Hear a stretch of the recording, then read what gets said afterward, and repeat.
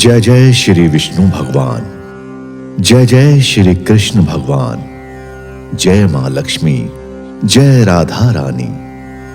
भक्तों, आज मैं आपको बेस्ट वन म्यूजिक की तरफ से सुनाने जा रहा हूं साल की 24 और पुरुषोत्तम मास की 2 यानी कुल 26 एकादशियों का महात्म्य।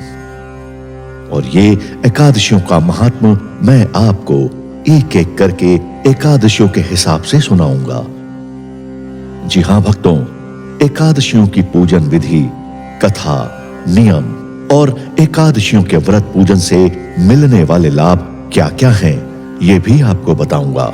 तो आइए भक्तों, बेस्ट वन म्यूजिक के इस पावन प्रयास से जुड़िए और ध्यान लगाकर आनंद लीजिए एकादशियों के व्रत पूजन कथा का।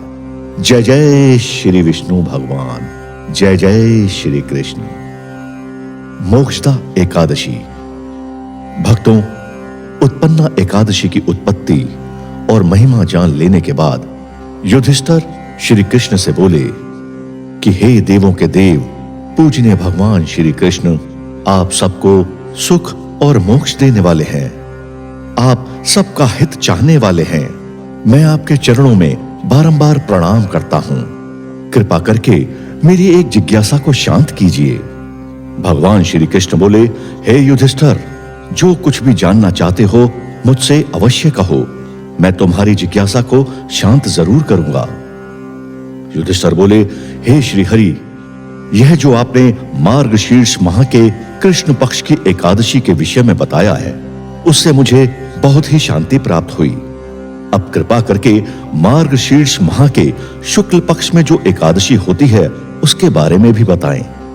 उसका क्या नाम है, उस दिन कौन से देवता की पूजा की जाती है और उसकी क्या विधि है, और उसका व्रत करने से मनुष्य को क्या लाभ मिलता है। भगवान, मेरे इन प्रश्नों का विस्तार सहित उत्तर देकर मेरी जिज्ञासा को दूर कीजिए प्रभु, आपकी बड़ी कृपा होगी।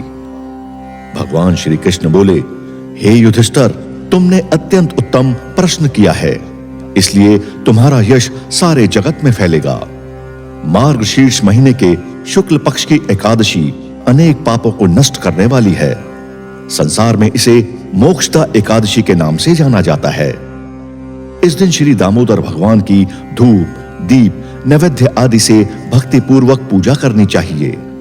हे युधिष्ठिर, इस एकादशी के व्रत के पुण्य के प्रभाव से नरक में गए हुए माता पिता, पितृ आदि को स्वर्ग की प्राप्ति होती है। एक कथा ध्यान से सुनो जो पुराणों में कही गई है।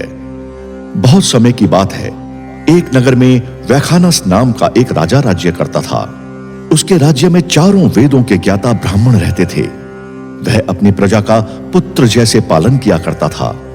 एक रात को उस राजा ने सपना देखा और अपने पितरों को नरक की यातनाएं भोगते देखा। इस प्रकार का सपना देखकर वह बहुत ही व्याकुल हुआ। उसके बाद वो बेचैनी से सुबह होने की प्रतीक्षा करने लगा। सुबह होते ही उसने ब्राह्मणों को बुलाकर अपने सपने की सारी बात बताई। हे ब्राह्मणों, रात को मैंने सपने में अपने पितरों को नरक में पड़ा देखा और उन्होंने मुझसे कहा कि हे पुत्र, हम घोर नरक भोग रहे हैं, हमारी यहां से मुक्ति कराओ। जब से मैंने उनके यह वचन सुने हैं, तब से मुझे चैन नहीं मिल पा रहा है। मुझे अब राज्य, सुख, ऐश्वर्य, हाथी, घोड़े, धन, स्त्री, पुत्र आदि कुछ भी सुखदायक प्रतीत नहीं हो रहे हैं। अब मैं क्या करूं, कहां जाऊं? इस दुख के कारण मेरा शरीर मानो जल सा रहा है। हे ब्राह्मणों, आप लोग मुझे किसी भी प्रकार का तप, दान, व्रत आदि बताएं, जिससे मेरे पितरों की मुक्ति हो पाए। यदि मैंने अपने पितरों को नरक की यातनाओं से मुक्ति के प्रयास नहीं किए, तो मेरा ये जीवन बिल्कुल व्यर्थ है। हे ब्राह्मणों, जिसके पितृ नरक की यातनाएं भोग रहे हों, उस व्यक्ति को इस धरती पर सुख भोगने का कोई अधिकार नहीं है। हे ब्राह्मण देवों, मुझे शीघ्र इसका कोई उपाय बताएं। राजा की ऐसी निराशापूर्ण और दुख भरी बातों को सुनकर ब्राह्मणों ने आपस में विचार विमर्श किया और फिर एक मत होकर बोले, हे राजन, यहां से कुछ दूरी पर ही वर्तमान, भूत और भविष्य के ज्ञाता पर्वत नाम के एक मुनि हैं। आप ये सब बातें उनसे जाकर पूछें, वे अवश्य ही आपको इसका सरल उपाय बता देंगे। ऐसा सुनकर राजा मुनि के आश्रम पर गए। उस आश्रम में अनेक शांत चित्त योगी और मुनि तपस्या कर रहे थे। चारों वेदों के ज्ञाता पर्वत मुनि दूसरे ब्रह्मा के समान बैठे दिखाई दे रहे थे। राजा ने उन्हें प्रणाम किया और अपना परिचय दिया। पर्वत मुनि ने राजा से वहां आने का कारण पूछा तो राजा ने बताया, हे देव ऋषि, आपकी कृपा से मेरे राज्य में सब कुशल है, परंतु अकस्मात ही मेरे सामने एक ऐसी समस्या आ खड़ी हुई है जिससे मुझे बड़ी अशांति हो रही है। फिर राजा ने उन्हें रात में देखे गए अपने सपने की पूरी बात बताई और दुखी स्वर में बोला, हे महामुनि, अब आप कृपा कर मेरा मार्गदर्शन करें कि ऐसा मुझे क्या करना चाहिए, कैसे मैं अपने पितरों को नरक की यातना से मुक्ति दिलाऊं। पर्वत मुनि ने गंभीरता पूर्वक राजा की बात सुनी और फिर नेत्र बंद कर भूत भविष्य पर विचार करने लगे। कुछ देर गंभीरता पूर्वक चिंतन करने के बाद मुनि बोले, हे राजन, मैंने योग बल के द्वारा तुम्हारे पिता और तुम्हारे पितरों के समस्त कुकर्मों का ज्ञान प्राप्त कर लिया है। उन्होंने पूर्व जन्म में अपनी पत्नियों में भेदभाव किया था। अपनी बड़ी रानी के कहने में आकर उन्होंने अपनी दूसरी पत्नी को ऋतुदान मांगने पर भी नहीं दिया था। उसी पाप कर्म के फल से तुम्हारे पिता भी नरक में गए हैं। तब राजा वैखानस याचना भरे स्वरों में बोले, हे महात्मन, मेरे पिता के उद्धार का आप कोई उपाय बताएं, किस प्रकार वे इस पाप से मुक्त होंगे। तब पर्वत मुनि बोले, हे राजन, मार्गशीर्ष मास के शुक्ल पक्ष में जो एकादशी होती है उसे मोक्षदा एकादशी कहते हैं। यह मोक्ष प्रदान करने वाली है। आप इस मोक्षदा एकादशी को उपवास करें और उस उपवास के पुण्य को संकल्प करके अपने पिता और अपने पितरों को अर्पित करें। एकादशी के पुण्य के प्रभाव से अवश्य ही आपके पिता और अन्य पितरों की मुक्ति हो जाएगी। मुनि के वचनों को सुनकर राजा अपने राज्य को लौट आया और कुटुंब सहित मोक्षदा एकादशी का विधि पूर्वक उपवास किया। उस उपवास के पुण्य को राजा ने अपने पिता और अन्य पितरों को अर्पित कर दिया। उस पुण्य के प्रभाव से राजा के पिता और अन्य पुत्रों को मुक्ति मिल गई। स्वर्ग को प्रस्थान करते हुए राजा का पिता अपने पुत्र से बोला कि हे पुत्र, तेरा कल्याण हो। यह कहकर राजा के पिता और अन्य पितर स्वर्ग को चले गए।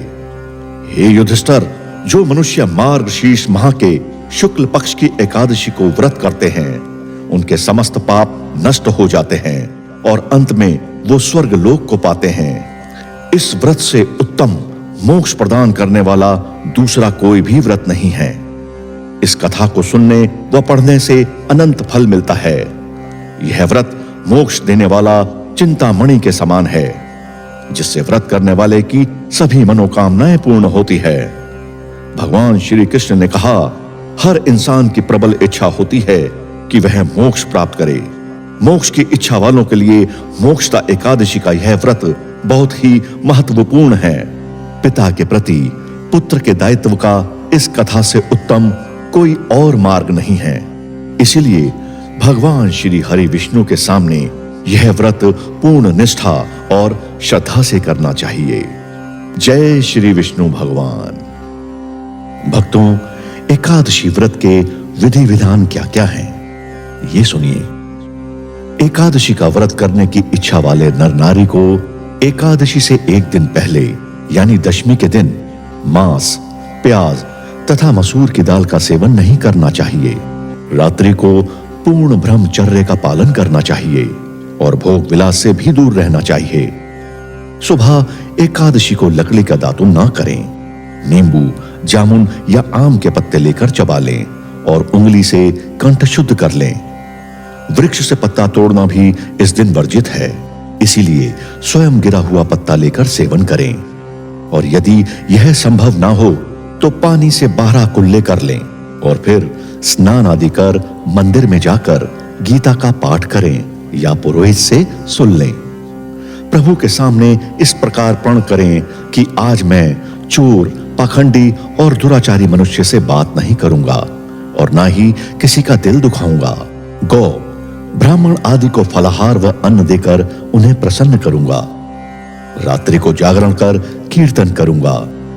ओम नमो भगवते वासुदेवाय इस 12 अक्षर मंत्र का जाप करूंगा। राम, कृष्ण, नारायण इत्यादि विष्णु सहस्त्र नाम को कंठ का भूषण बनाऊंगा। भक्तों, ऐसी प्रतिज्ञा करके श्री विष्णु भगवान का स्मरण कर प्रार्थना करें कि हे त्रिलोकपति, मेरी लाज आपके हाथ में है, इसलिए मुझे इस प्रण को पूरा करने की शक्ति प्रदान करना। यदि भूलवश किसी निंदक से बात कर बैठो तो उसका दोष दूर करने के लिए भगवान सूर्य नारायण के दर्शन और धूप दीप से श्री हरि की पूजा कर क्षमा मांग लें। जी हां भक्तों, एकादशी के दिन घर में झाड़ू ना लगाएं, इससे चींटी आदि सूक्ष्म जीवों की मृत्यु का भय रहता है। इस दिन बाल नहीं कटवाने चाहिए और ना ही अधिक बोलना चाहिए। अधिक बोलने से मुख से ना बोलने योग्य वचन भी निकल जाते हैं। इस दिन यथाशक्ति अन्नदान करना चाहिए। स्वयं किसी का दिया हुआ अन्न कभी भी ग्रहण ना करें। झूठ, कपट आदि कुकर्मों से नितांत दूर रहना चाहिए। दशमी के साथ मिली हुई एकादशी वृद्ध मानी जाती है। शिव उपासक तो इसको मान लेते हैं, किंतु वैष्णवों को योग्य द्वादशी से मिली हुई एकादशी का ही व्रत करना चाहिए और त्रयोदशी आने से पहले व्रत का पारण करना चाहिए। फलाहारी को गोभी, गाजर, शलजम, पालक, कुल्फा का साग इत्यादि का सेवन नहीं करना चाहिए। आम, अंगूर, केला, बादाम, पिस्ता इत्यादि अमृत फलों का सेवन करना चाहिए। प्रत्येक वस्तु को भोग लगाकर तथा तुलसी दल छोड़कर ग्रहण करना चाहिए। द्वादशी के दिन ब्राह्मणों को मिष्ठान और दक्षिणा देकर प्रसन्न करना चाहिए। मधुर वाणी बोलनी चाहिए। अपना अपमान करने या कटु वचन बोलने वाले को भी आशीर्वाद देना चाहिए। भूल कर भी क्रोध नहीं करना चाहिए। क्रोध चांडाल का अवतार है। आप देवता रूप हो, संतोष कर लेना चाहिए। संतोष का फल सर्वदा मधुर होता है। सत्य भाषण करना चाहिए तथा मन में दया रखनी चाहिए। इस विधि से व्रत करने वाला दिव्य फल को प्राप्त करता है। बोलिए जय जय श्री विष्णु भगवान, जय जय श्री कृष्ण भगवान।